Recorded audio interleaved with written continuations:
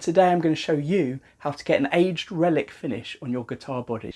And to do that, I highly recommend you look at photos online of guitars that you like the look of, that have that relic played look, and print out images of those and use them as inspiration to copy from. I'm going to be looking at how you can put dents and dings and scratches into your guitar, looking at really removing large areas of paint to reveal the wood underneath and making sure that looks old. And I'm also going to look at checking, which is the effect you get on a nitro finish guitar where the paintwork seems to look cracked and aged over time. It's something that I think is brilliant. So here are some of the tools and equipment I'm going to use for making the scratches and the dents and the dings, etc. I've got a set of keys. I'm going to bash them against the surface to try and make a few dents and notches in it. Then with some of those dents and notches, I might use a scalpel to etch back in them a bit further so we can reveal the wood underneath. And that's exactly what I'm using these for as well. The dents and scratching back in. These are nail punches. So you normally use these to hammer your nail into the wooden surface without the need of the head of the hammer hitting the surface. So it would hit here. This is just the width of the head of the nail. That way you don't get hammer marks. But it's really good for scraping, and they've got these little dents in the end which are good for scraping with as well. Then I've got some wet dry paper and some water and a block to wrap it around. Probably just going to use two types of wet dry paper. This is 220 grit, so it's quite coarse, and you wouldn't normally use this to finish a guitar. But what I'll be doing is using this to really sand back some of the varnish to reveal the wood. Now, I'll keep mentioning this throughout, but essentially when I'm revealing the wood and I'm revealing the white primer undercoat, it's going to look really clean. So I'm going to then put inks and stuff on it to dirty it up, and then give it a top coat of clear nitro anyway. So the slight roughness that this might cause on some of the, and scratches that it might cause on some of the finish, will be concealed by the nitro finish that I'm putting over the top. And actually this is a lighter grit here, 600, which I can use for smoothing things off. Obviously kitchen roll to help wipe up with, and then this, which is a plasterboard knife. I'll explain how I'm using it later, but I just find that it's got quite a lot of control holding it like this, or just holding it like this to scrape into. Basically things that scrape. So here's my multi-tool. I'm bound to keep referring to it as a dremel, which is a make. I'm not using a dremel. I've broken quite a few dremels in my time. Sometimes they just burn out, but you can place the motor pads in here. But it's not just that. I'm not sure why I've broken so many dremels. So I have just been buying cheaper makes like this, the grinder. It's essentially the same, and it uses the same bits. I'm using it with an extension here. If you don't have an extension, the drill bits just go in the end. I find it easier to have this hanging up and just hold this like a pen, but if you don't have one of those, it doesn't really matter. The grinder has a few different settings on it. I'm using it at a speed between 3 and 4, but it goes up to just beyond 6 to its max setting, and then it's got an on-off switch. And I'm using a bit which is like a grinding bit, grinding bit, which is quite good for drawing into the surface and slowly wearing through the top layers of the nitro to the primer, then to the wood. So you can expose the wood, or you can thin out some of the nitro top coats so that it looks more translucent and more of the white primer shows through to make it lighter. It's also quite good for making some dents as you go around, or some notches in it. But I'll explain that more when I'm actually using it. A number of years ago I did a fantastic course in traditional wood finishes, so essentially French polishing. And one thing that the tutor suggested we did is clean all our wood, instead of with water to wipe down the grime and stuff on it, with a mix of methylated spirits and acetic acid. And acetic acid, if you can't get hold of it, is essentially distilled malt vinegar. 50-50 mix. The 50-50 mix is really good for cleaning off all the grime off of a guitar, because what it does is it evaporates really quickly, much quicker than water, and because it evaporates so quickly, it doesn't soak into the wood and cause anything to expand. And since I've done that course, it's what I always use after I do any kind of sanding work, to clean off all the scum that's left behind by the wet dry paper. So for this one, there's going to be lots of nitro mixed in with the water to make a sort of sludge, and this will just wash it away. So I don't use it very thickly, just dampen my cloth and wipe it off, let it dry, do it again. And the final tools I'm using to cause the checking or the natural cracking in the nitro finish are a heat gun and an air duster spray. Essentially, this I'm using to make cold air, this I'm using to make hot air, so I can heat and cool, heat and cool, heat and cool the surface over and over again in intense sections to cause the nitro to crack. The hot air gun's got settings on the back for turning up and down, and then it's got different levels that you can pump the air out with, that adjusts the strength of the fan. I try to have it at a heat where the filament isn't going orange. The filament's going orange, it's too hot, and that could cause the nitro to burn. Obviously I don't want to burn it, I just want to heat it and crack it. The air duster, we're not using it for its proper purpose, but if you turn it upside down and spray it upside down, the liquid doesn't come out, but the gas comes out, and the gas is cold, and that's what's going to cool the surface of the nitro down. Before we get into doing any work on it, I'm just going to explain where we're at with this guitar body at the moment. So I first of all completely stripped the paint off, and I made another video about that. And then my client Luca had sent me photos of what he wanted this Relic guitar to look like. So an actual 60s telly that he liked the look of.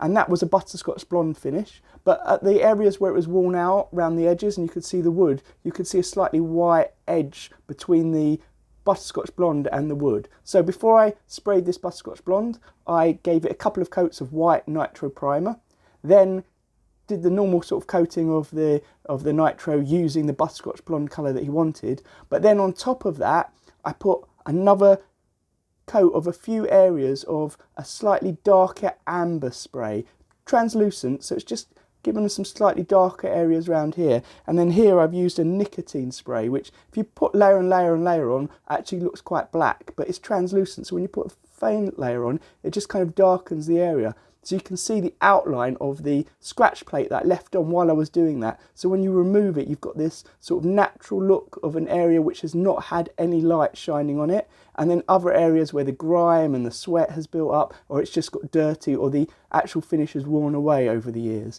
Now, this isn't necessarily something you have to do on yours. You could start with it completely fresh and new nitro finish, because the process we're going to go through, once we check it, we can add a bit of colour to it to make it look aged. Let me just show you the back as well.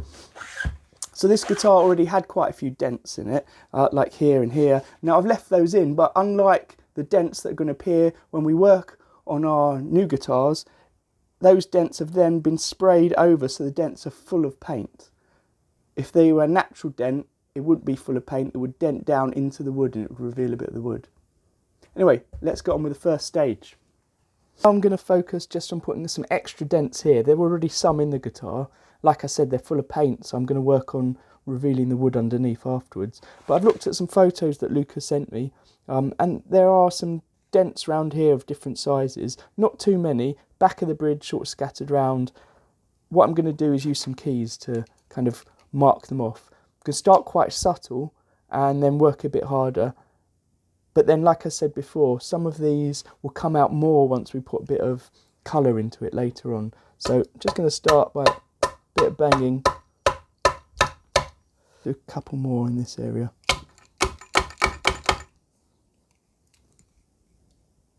I don't know how well they sharpen this light, the ones that have just come through. Gonna scratch it a bit. This nitro's only a week old on it, and it's still maybe a bit soft, which could be to our benefit. Yeah, there's one that's just chipped a little bit, which is quite good. So looking at the photo that Luca sent me, there's quite a lot of dents around the upper strap pin here. So I'm going to try and scrape and scratch a bit with my keys here.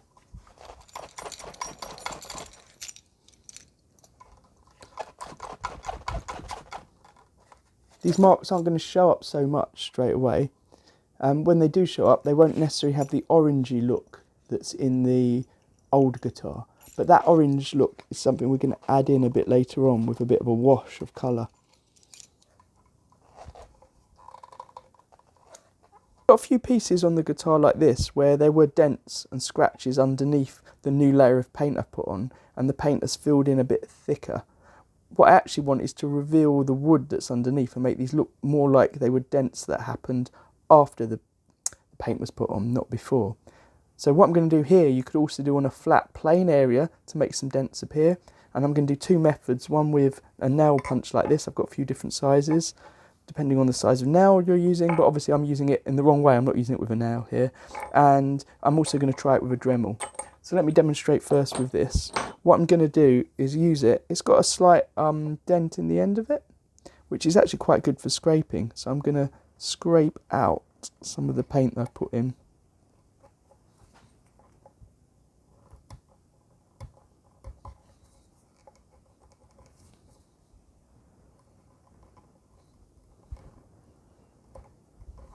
To get a few dents. I'm going to try a slightly bigger one here actually.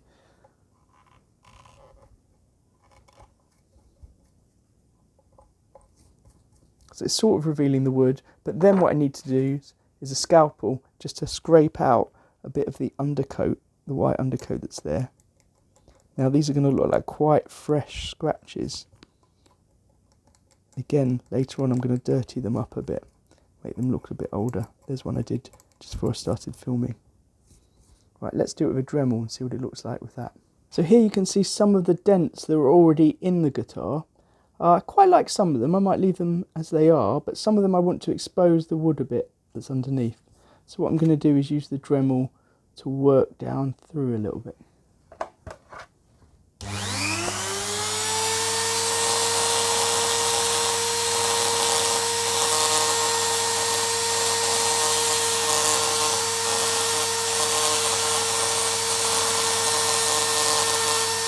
I want to get some more dents around here other than just the ones that have come with the key marks that I made. So I'm going to use the Dremel bit and kind of tap against the surface to make some indents.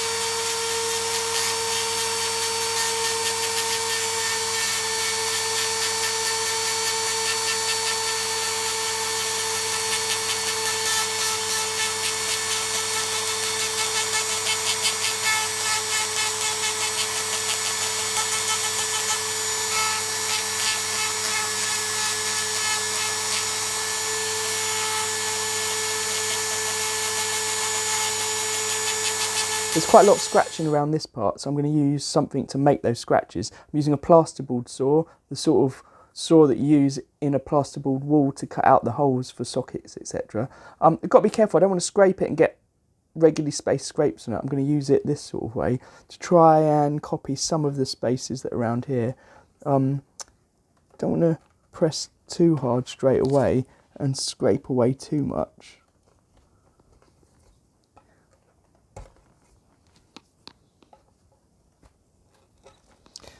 Again, the idea here is I'm making these marks now and then I'll be able to chip into them and make them look a bit older later.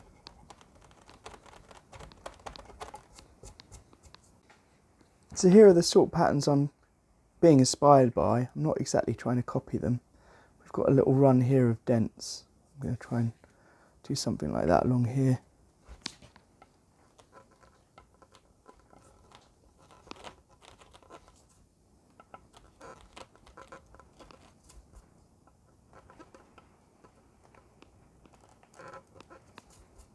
I'm filming it in real time because I find when I watch videos of things sped up, it does give you a little bit of a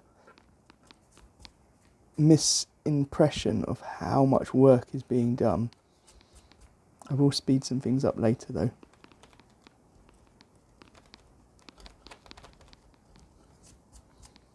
There we go. We've got some with the white of the primer nitro coming through, some where I'm going through to the wood. Again, these all look very fresh at the moment, so my job later will be to make them look dirty and older.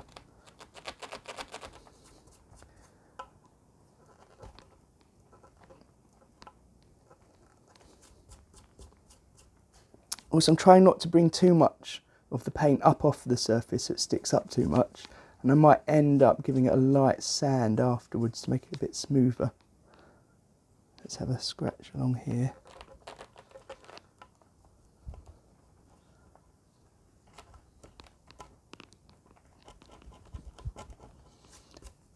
You don't really have to use this tool, you could use any tool that's sharp. I just quite like it as a spiky saw that's easy to hold, because as you can see, I'm gripping the actual blade itself.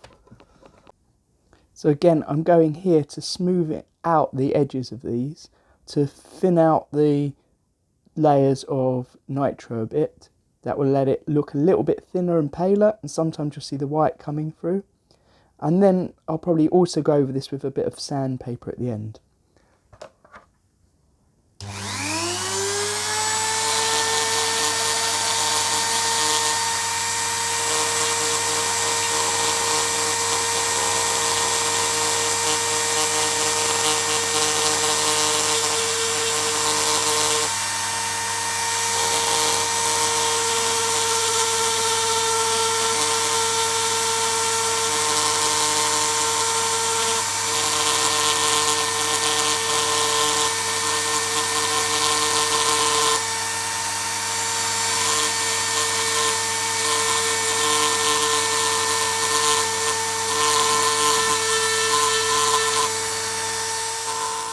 So inspired by this sort of scratched away area, I'm going to use the saw again and scrape off some of the surface of the varnish, but then I'll do some more of it later with a finer sandpaper. I'll show this bit sped up so you don't have to watch through it all in real time.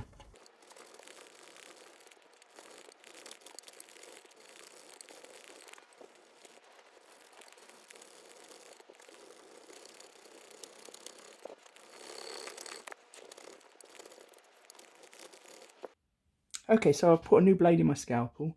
I'm going to try and work into this to be a bit inspired by this image on the back of the telly that Luca sent me. I'm not trying to get it exactly the same. I'm going to work away with a scalpel, then I might have to go back in with a dremel, and then finally some sandpaper. So let's see. I'm going to make it a bit bigger here, I think. I'm trying my best when I do this just to scrape off the nitro and not cut or scrape into the wood at all.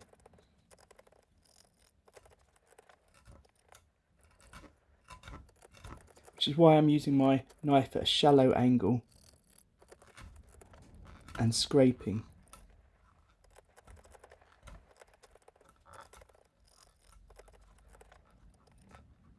Trying to use the whole length of the blade at a time.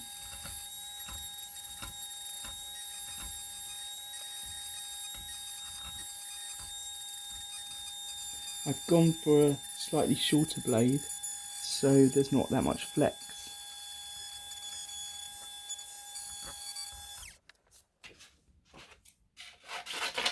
And again, because now on the edges where I've dremeled, they might be slightly raised on the edges, like little lips. I'm going to use some light sandpaper, 600 grit,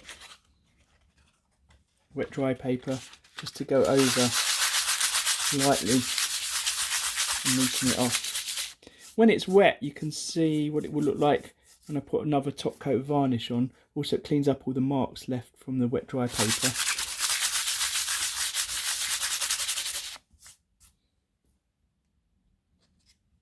I think I might actually work in here a bit to try and lighten the wood a bit.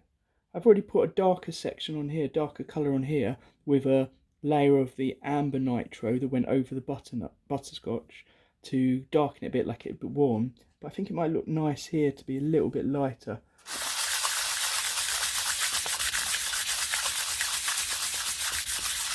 I don't want to go too far because I want to reveal all the white primer.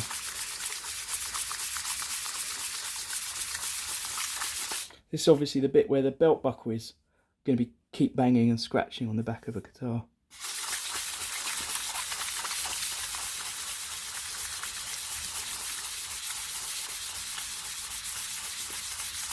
Yeah, that's helping to emphasise some of the dents where it's picked up the amber layer, because I'm wiping back the deeper amber layer from the top, but where it's gone into the dents, it's sort of still staying there.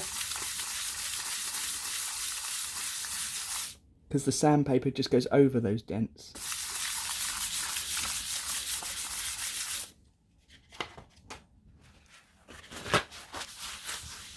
Yeah, I think that would do for now. The thing I really liked about the original telly that Lucas showed me was the marking around the bridge from where the ashtray cover had been put on, and it's sort of eaten into the varnish. And it's got the wearing marks at the back from where the screws that adjust the saddles have come in and out, or the screwdrivers have put into to sort of wear it down. So I want to try and emulate that.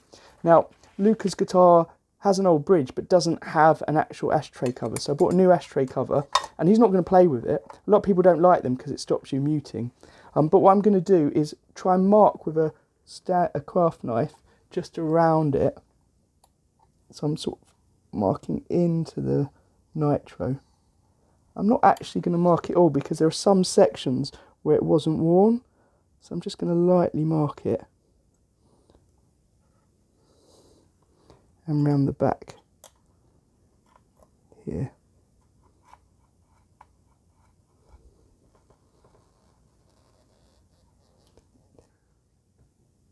I can see the marks where I've scored with the scalpel, and what I'm going to do is use the dremel bit to etch into that and fade it in so it's got some of the white coming through. Now it's going to look clean, much cleaner than it does on the old telly, because it's then going to need to have some colour added to it to dirty it up. So anyway, let me do that, and what I'll do is I'll speed it up for you.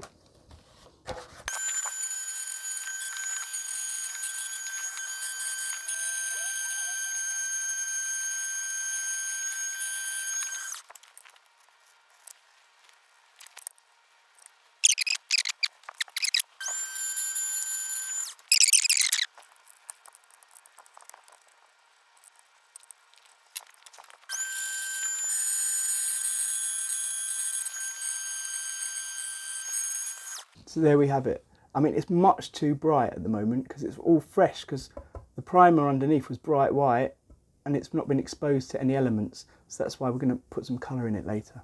You've got this whole area underneath where the scratch plate's going to be, which is painted but isn't going to be visible. So it's a good chance for you to experiment and test things out. I mean, with the Dremel, it's worth testing, getting your speed right. If you go too slow, it tends to get caught, and then you get dings, etc., where you might not want them if you want like a nice straight worn area. Let's have a quick go at that.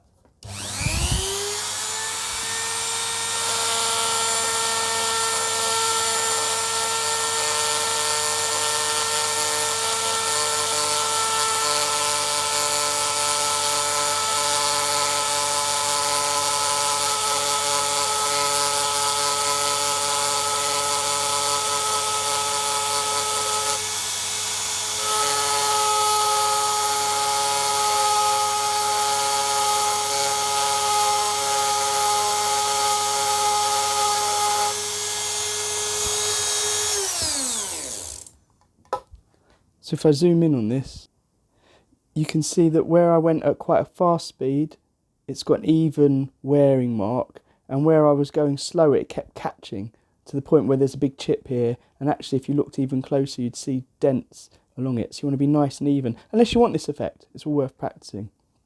Remember, I'm not using the Dremel for too much. I'm going to do the rest now with sandpaper. The guitar I'm using for reference, this section here, is bare down to the wood, with some of the white from the primer showing through. So I'm going to start with 600 grit wet dry paper and work my way slowly through this. I don't want to go with something too thick, because even where I'm not wearing through the nitro, it's going to leave marks on it.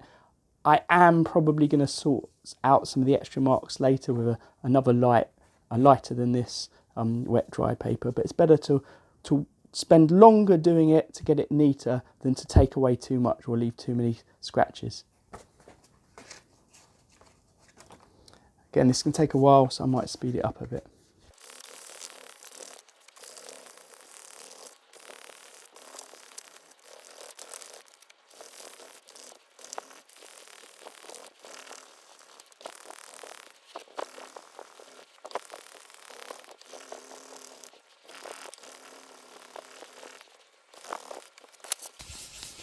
I prefer to wear gloves when I'm sanding, and I normally wear a mask as well, but it's harder to talk to you when I'm doing this with the mask on.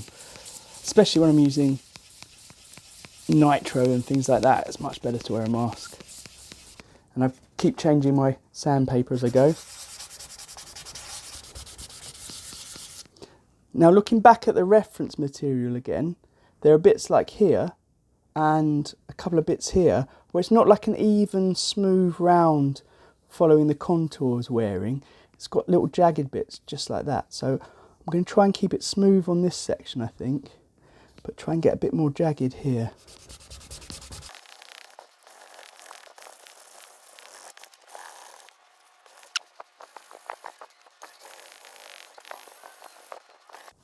So for this bit, I'm going to go back with a Dremel to try and get a thinner layer of the varnish here through to the wood that follows the edge where I've sanded back. Let's see it in action.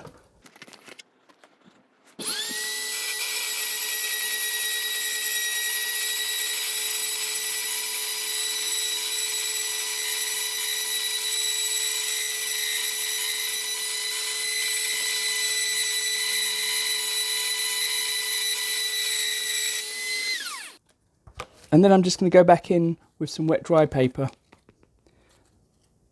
to smooth that off.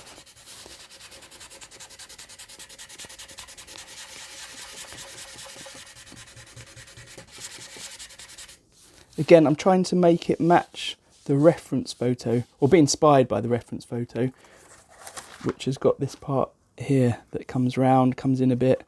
I might come in a bit over here as well. Let's just give it a clean up with the acetic acid meths mix before getting onto the checking. Also, in case you don't know this, when you've got bare wood, or you've got your wood and you've put your stain on it, when you put a bit of water on it and it gets wet and damp, before the water dries out, or in this case the acetic acid meths mix dries out, before it dries out, you get the look that you will have once you put your top coat on, your clear coat on. So it always looks very different. That's why Instagram's so full of people with their guitar finishes before they put their top coat on, dipping it in some water and wiping across to reveal the grain to come through. So I'm going to use the hot air gun to focus on sections. I'm probably going to divide this into quarters, and I'll go round and round, trying not to spend too long on one space. And remember, this is actually a paint stripper. So if I have it on too high, the paint will bubble. So you've got to keep an eye out for that. In fact, you could test it on the front side, on the bit that's going to be hidden by the scratch plate, just to check you're okay with it. But I'm going to work on this section first, then work my way round. Every time I then spray the cold air on, if I spray it this way round, the liquid's just going to come out. The air's just going to come out. I need to turn it upside down to spray it. And actually, it's going to be hard with the filming, but that would be easier for me to spray this, lift the guitar up, and then do it. Anyway, let's see how we get on with the filming.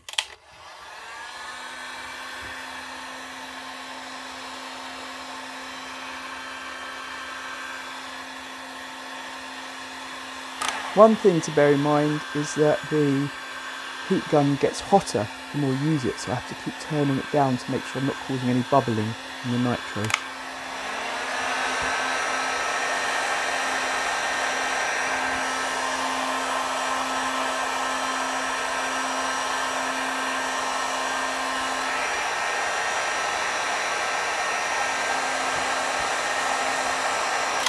So I can feel it's getting hot, but it's not quite hot enough. So actually with this heat, I can actually see some checking already happening without the cold air being put on. The main checking comes from the quick change in temperatures. So let's keep getting this hot and then quickly cool it.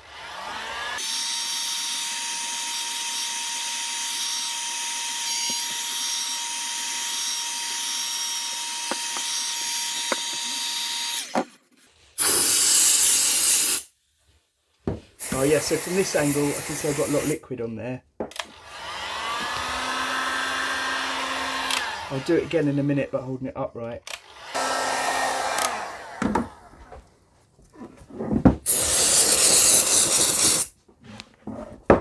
Here you can see the checking a bit better. I do find you need to move the light source around or the guitar around to see it, because sometimes you don't even notice it's there.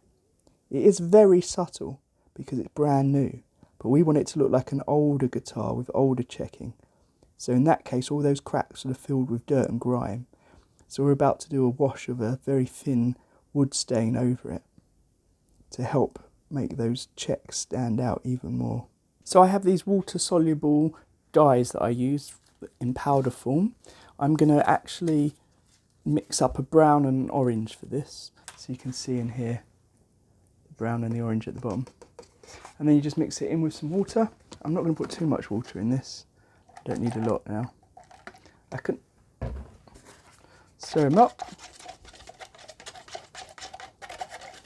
And then it's ready to go. Hopefully now then, with this light shining down on it, you're going to see the checking come through when I pour the stain on. So I'm going to put it on in different sections. Let's rub it round.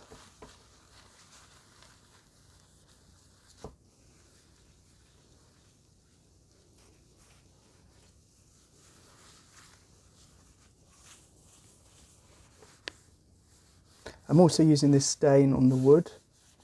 I might come back to the wood and sand bits a bit cleaner in a bit. Quite like this brown on the wood.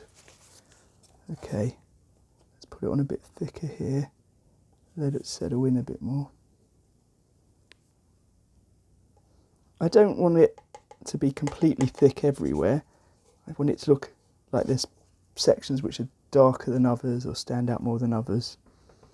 So this stain won't affect the nitro too much. It's sort of pooling up in bubbles where it's on the nitro. But you can see here it's seeping into the cracks. Because it is water, so it's thin, so it'll get into those cracks quite nicely. I'm going to pat it off, and then I might come back later if I'm not happy with how dark it is and give it another.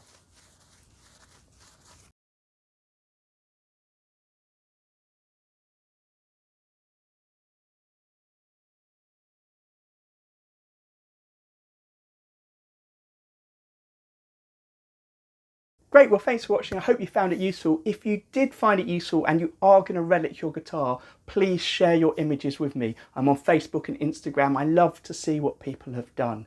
If you want something like this done but you're not happy to do it yourself, get in contact because I can do it for you just like I did with Luca. And in fact, here are the photos of the guitar that I made for Luca. So you can see the close-ups of the checking. I really like the checking on this one. It's worked really well. And I think I've really managed to capture the kind of quality of the aged guitar from the photos that he sent me originally from a guitar he'd found online and really liked the look of. And as I said, being inspired by an already relic guitar is an ideal way to go forward. Guitars just age and relic in such different ways depending on the player and the type of the guitar, the type of music they're playing. There's no actual set way that all tellies are going to relic. So once again, thanks for watching. Check out my other videos, and until next time, happy strumming.